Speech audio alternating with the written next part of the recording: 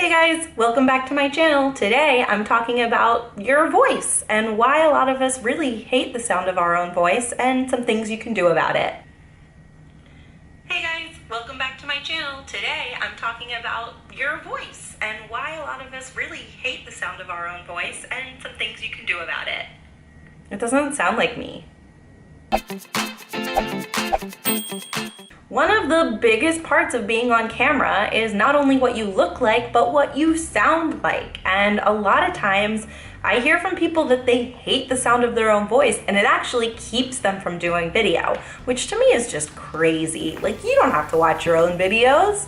Other people have to watch your videos. But seriously, there is an actual scientific reason why we don't like the sound of our own voices. And it's because we hear it differently in our heads than other people hear it. When we're registering someone else's voice, it actually goes like through our ears into our brain. But when we are listening to our own voice, it's coming from our body into our brain, and it's the vibrations that happen right here in our skull. So it sounds a lot lower usually. Our own voices sound a lot lower to ourselves typically than they do to other people. Just like the muscles in our body, like our biceps, our triceps, our quads, our vocal cords are also muscles, and we don't really focus on working them out as much as we do the rest of the muscles in our body. If you're really interested in diving deep into this study and learning more about how you can do daily practices to work out your vocal muscles,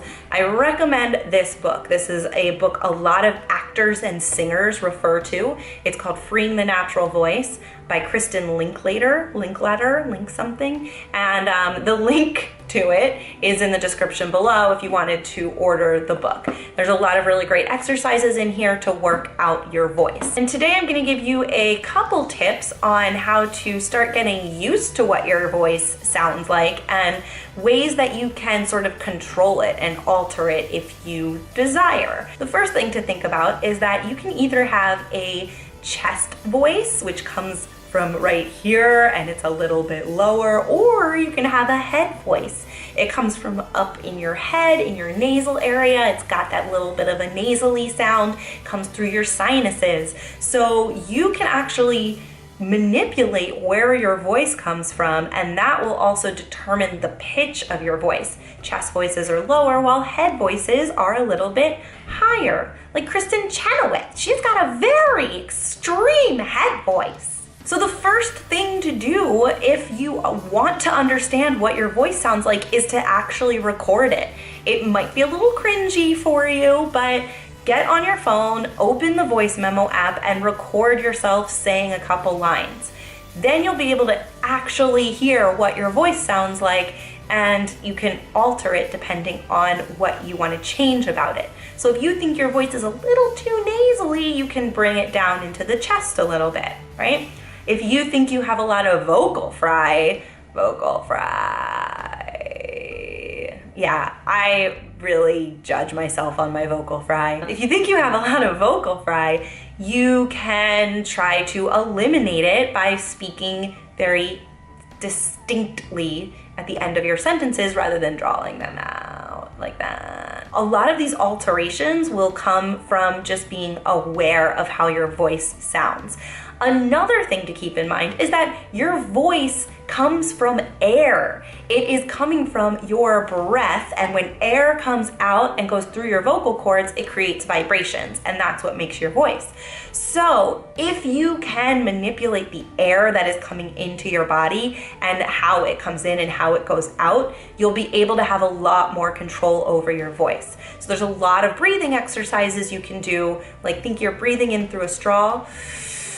Fill your diaphragm, which is like, I'm on the floor today, which is fun, which is like this part of your belly, like a little bit lower in your belly right here. So breathe in, fill your diaphragm, and then you can breathe out and do some breathing exercises to be able to control the air that you're bringing in and out of your body. It also helps, it's very like therapeutic and meditative to do some of these exercises as well. As you can hear, like my voice is getting lower as I'm doing more of these exercises, feeling more into like my body and my chest voice and sitting in that a little bit more as I'm doing these exercises. The last thing that I recommend is moving around. So if you can get your blood flowing, try like jogging in place or jogging in a circle for a couple minutes before you shoot your videos.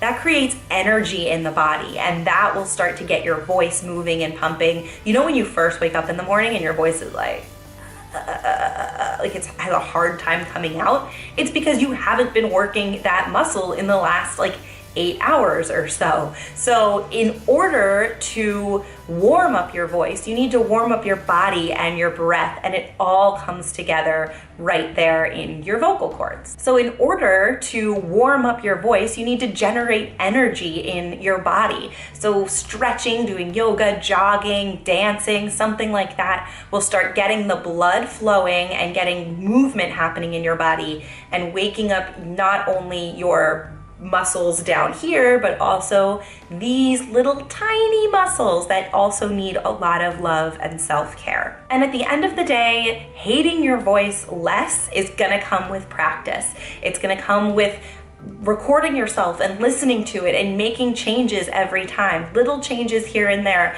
that will get you more comfortable hearing your voice and more comfortable speaking.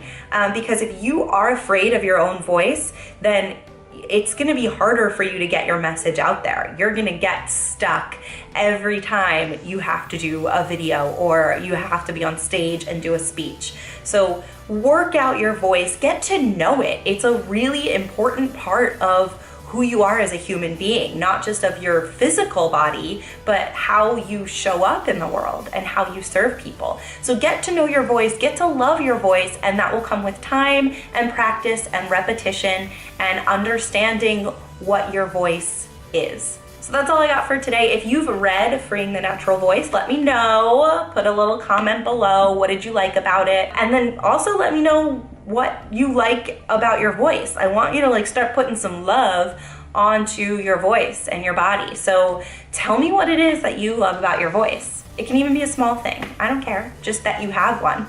That's something to love about it, right? So until next time, lights, camera, love.